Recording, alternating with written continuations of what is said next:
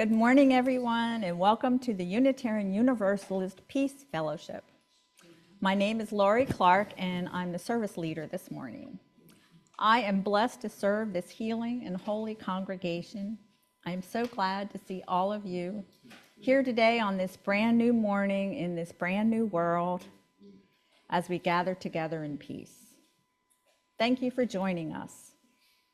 We who bring a saving message, who welcome all in our doors, the joyful, the heartbroken, atheists and Christians, Muslims and Jews, straight and gay, lesbian, bisexual, transgender, all who are searching, seeking, looking for more meaning, more service, more love, all of us gathered here together to walk each other home.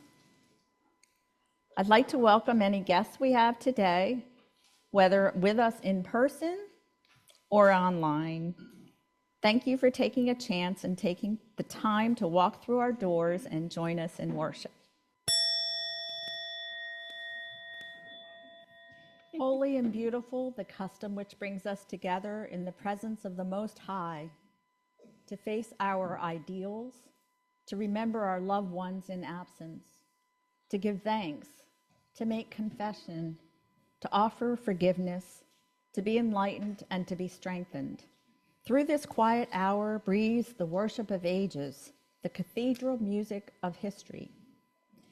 3 unseen guests attend: faith, hope, and love. Let all our hearts prepare them place.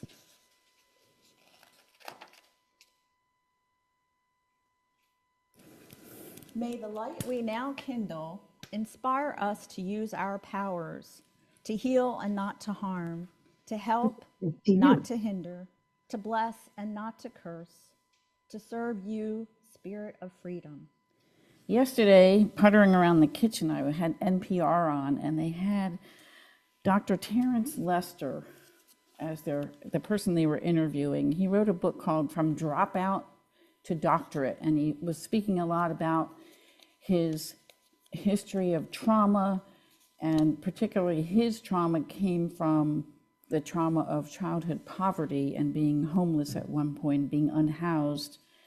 And he talked a lot about how somebody had mentioned to him the loaning and borrowing of courage, and how that has guided and helped him through all these years since his childhood, where when he didn't feel like he had enough courage, he mentally imagined borrowing it from others, and how we can send that out to other people.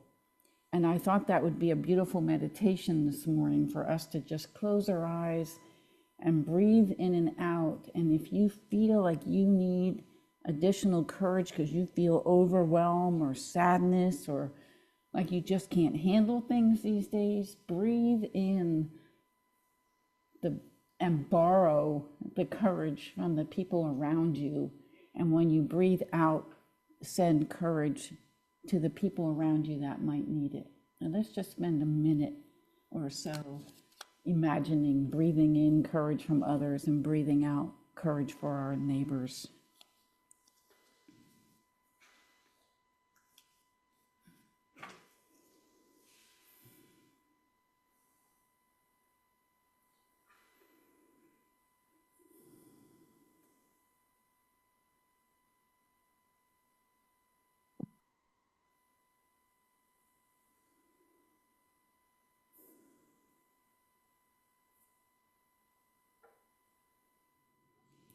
Coming back from the silence. I don't know about you, but I could feel that. That was pretty awesome. Thank you. I don't know about you, but a lot of the time lately, I feel pretty overwhelmed, terrified, discouraged, confused, irritated, sometimes have a sense of rising panic, despair, resentment, disappointment in our leaders, frustration. I have a lot of insecurity. I feel guilty that I haven't done enough, am not doing enough. I am terrified for my trans kid, my non-binary kid, especially for them. I worry so much of the time, especially when they travel. There's much to be grateful there.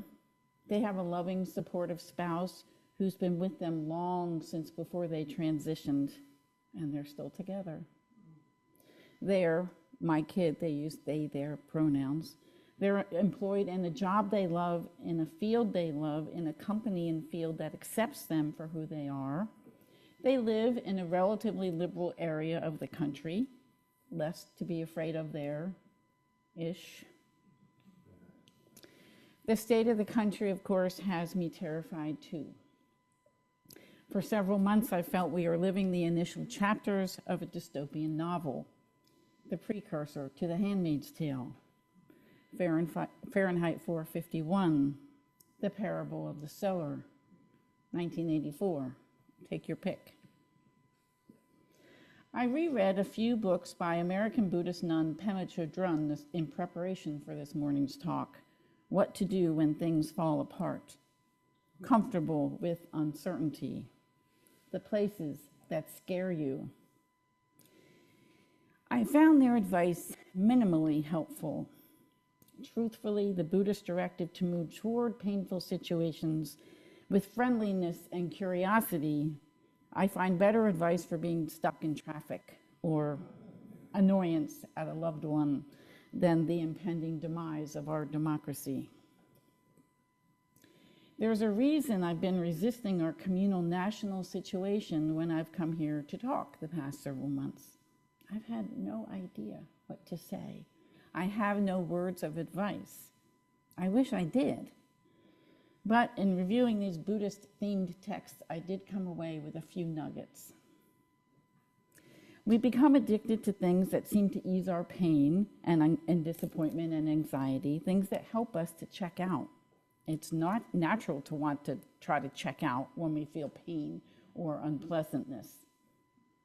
And we want to avoid thinking that way or feeling that way about the state of the world. Buddhist thinkers encourage us to lean into the discomfort, though. Let yourself feel what you're feeling. The advice is to acknowledge whatever thoughts or emotions are arising, observing those feelings and emotions and thoughts, just seeing them and then letting them go. Lean into the discomfort of life and see it clearly. Relax as it is. Our personal demons come in many guises, Pema Chodron writes. What are your methods of escape? What do you do when you feel anxious, depressed, overwhelmed? Shopping, scrolling, binge eating, binge watching, binge drinking? Or maybe more healthy escapes, exercise, sports, art. Sometimes these, while better for us, also can be forms of avoidance, Chodron writes. Pay attention to what you do and why. Any activity can be used to run away from feelings of insecurity. Learn to stay.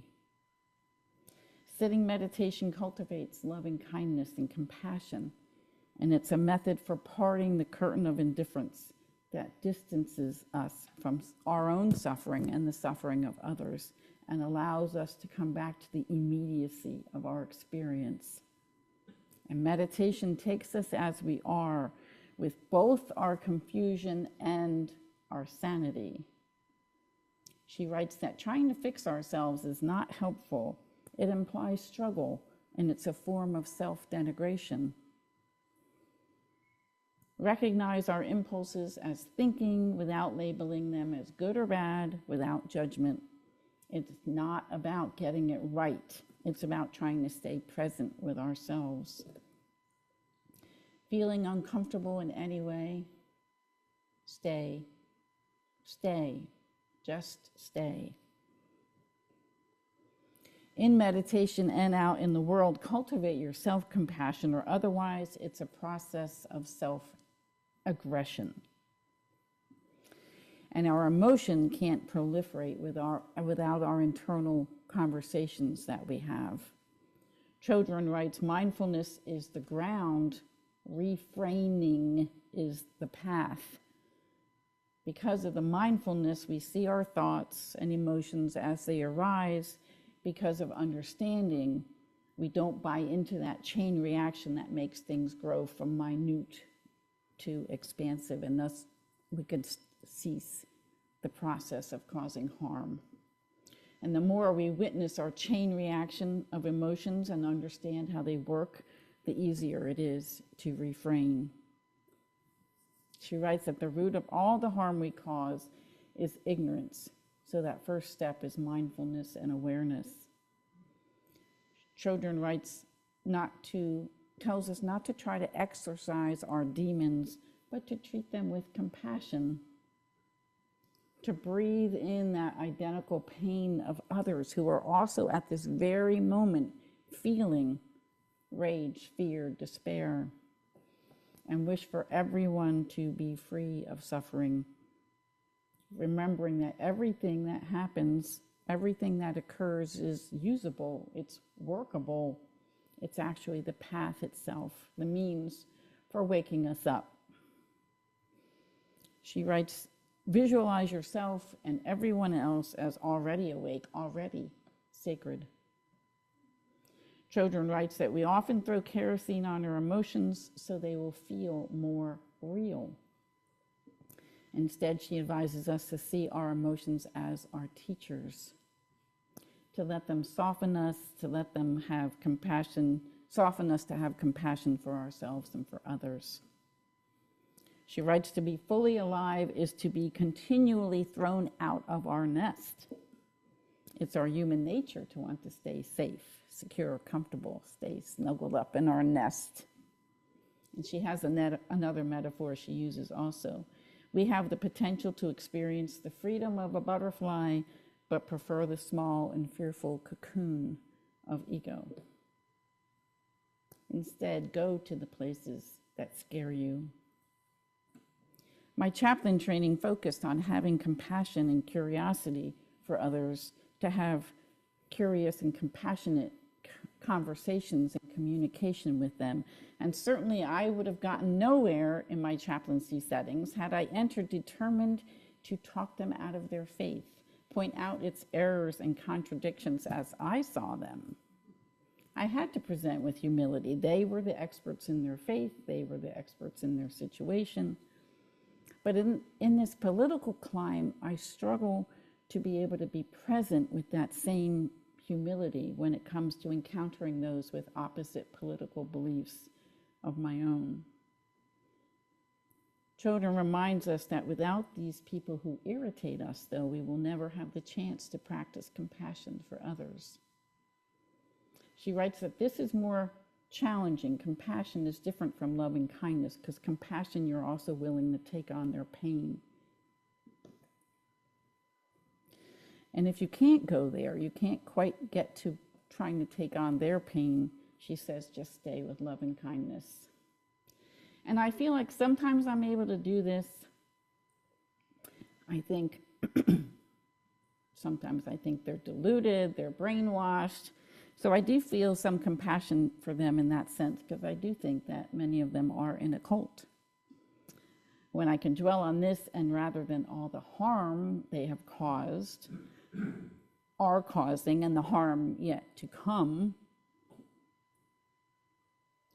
I bounce between this and rage. I have a lot of anger. With chaplaincy, we are taught to accept the patient's family, staff members as the experts in their situation, not attempting to fix them. And of course, I could not fix them. I couldn't magically change their diagnosis or heal them. But with my chaplaincy experiences, these are always their stories, their experiences. I was merely a witness, a spiritual, emotional witness, helping to hold them for a few moments in their painful situation. It was not my story, it was not my experience. I was there to listen, to bear witness, help hold them up emotionally. These days, this is my story too, my experience too, my country too, my kid. Can I approach the experience of the other with humility and curiosity? Boy, a lot of the time I just can't. I have too much fear and too much anger about what's happening. Their denial, their ignorance, their naivete at best, their indifference, their cruelty, their hatred at worst. In these Buddhist texts, I see so little in what I've read regarding the big deal situations like what we are living through right now. Every day, multiple things come at us that are overwhelming, so hard on our souls and hearts. Some of these books I read, though, were even written at the height of the Cold War with the threat of nuclear war looming. I understand, though, that I am the only one I can control. I'm the only one I have any power over. But I have moments of panic over this, too. It's never enough letters, postcards, phone calls, protesting, money to causes and candidates. I see little effect from my efforts and those of others. How to stave off disappointment and despair. How do I know what efforts are the ones that can and will be effective? Yom Kippur, the Jewish Day of Atonement, was just a few days ago. I talked a lot about Yom Kippur when I was here at the end of August because I didn't expect to be here today. But I do want to return briefly to the theme of forgiveness, self-forgiveness, to encourage us to meditate on self-forgiveness, especially if we are blaming ourselves because we feel like we haven't done enough or not doing enough. Phone calling, engaging with the other, postcards, letters, whatever it is, protesting. Enough self-care. I encourage you to consider Eleanor Roosevelt's advice. Do one thing every day that scares you. Try to do something, even if you think it's a very small thing. Do small things every day, or at least most days if you can. Do something to move you out of your comfort zone, out of your cocoon, out of your nest, at least briefly. And also this, to follow the Buddhist advice to forgive yourself. Hold yourself in loving kindness. At the end of each day, let yourself off the hook. So maybe you didn't do enough. The day is done. Forgive yourself. Let it go. I think self-forgiveness is the greatest act of self-care we can do. Other acts of self-care may stem from considering what feeds your soul. Do that. Do those things. My sisters and I went to Chapel Hill last night to see Emma's Revolution at the UU in Chapel Hill. And I didn't realize till in the middle of the concert when it was over how much I needed that. It really fed my soul. Like even now it's making me tear up. I'm like, oh boy, I really needed to do that. Absorb their passion and their beauty of their musical skills, their voices, and being together with all those other people. We were all singing and clapping, dancing in our seats. Do those kinds of self-care that will feed your soul and replenish and give you more strength to face the next day. But at the end of each day, let it go. For that day, you've done enough. My talk this morning has had this backdrop of Buddhist teachings, but we are not Buddhists. At least we are not only Buddhists, although some of us might be Buddhists with 2 or 3 U's in the middle. We believe in social action. We believe in deeds, not creeds. Ours is a religion of heart, minds, and hands.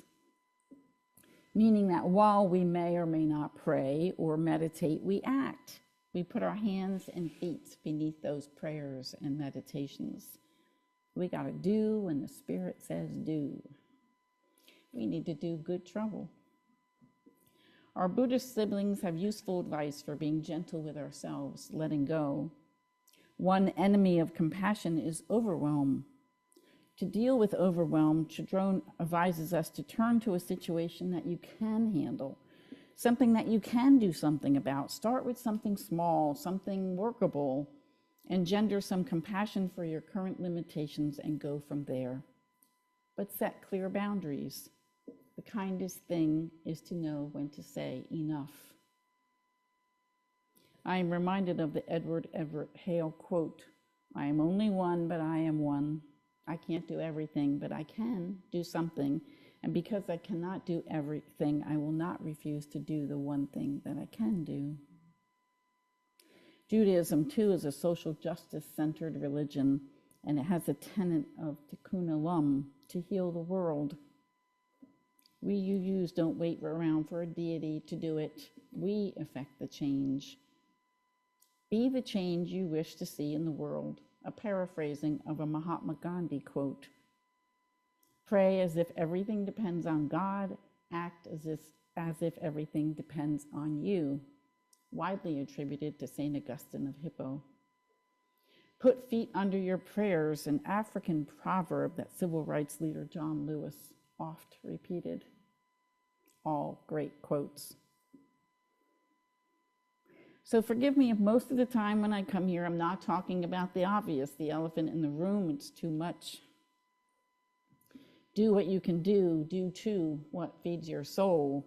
Do what you have to do to ward off despair. Check out once in a while. Pema Chodron writes advises us to be like children with a sandcastle. Enjoy it fully without clinging to the work, but let it dissolve into the sea when the time comes. To cultivate your day-to-day curiosity. The Buddhist practice focuses strongly on living in the moment. And besides the moments of fear and panic and despair, there are those too of joy and humor and beauty, like these beautiful flowers that Elizabeth brings us every week. Have reverence for the ordinary. Notice the blue sky. Listen to the rain or the wind through the trees. Recall a kindness. Bring to mind another's courage or your own. Rejoice in your own good fortune and that of others. Rejoice in the smallest of blessings. See the magic of the present moment. Oh, be glad for eye and tongue to see and taste the common of our day. I've always loved this quote.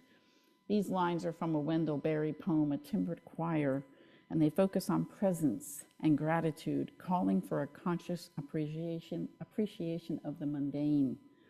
The poem elevates the common senses and experiences, sight and taste, as sacred ways of connecting to our world.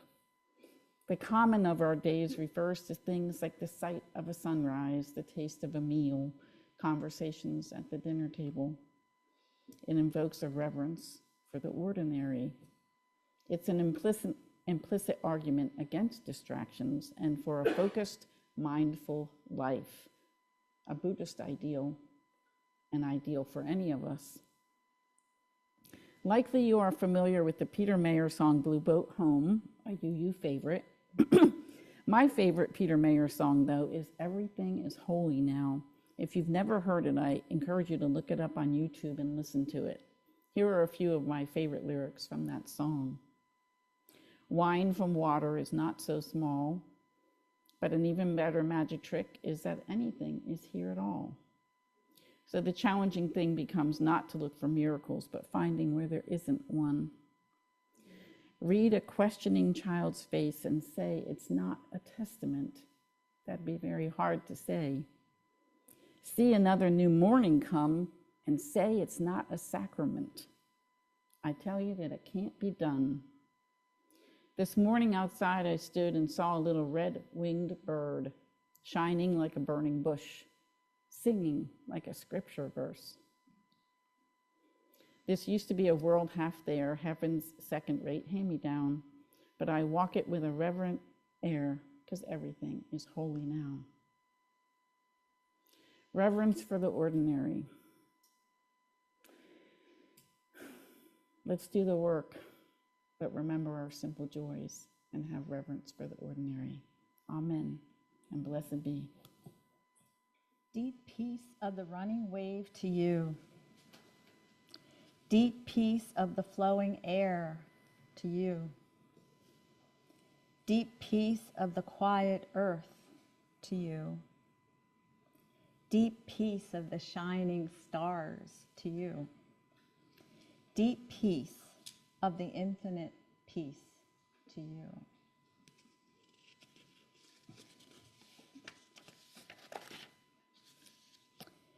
Beauty is before me and beauty behind me. Above me and below me hovers the beautiful. I am surrounded by it. I am immersed in it. In my youth, I am aware of it, and in old age, I shall walk quietly the beautiful trail. In beauty it is begun, in beauty it is ended. We extinguish this flame, but not the light of truth, the warmth of community, or the fire of commitment.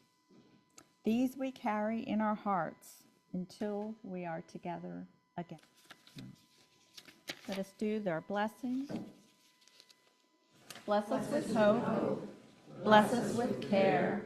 Bless us with love. Bless all we share. Blessed be. Amen.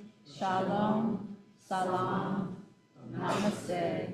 Ashe.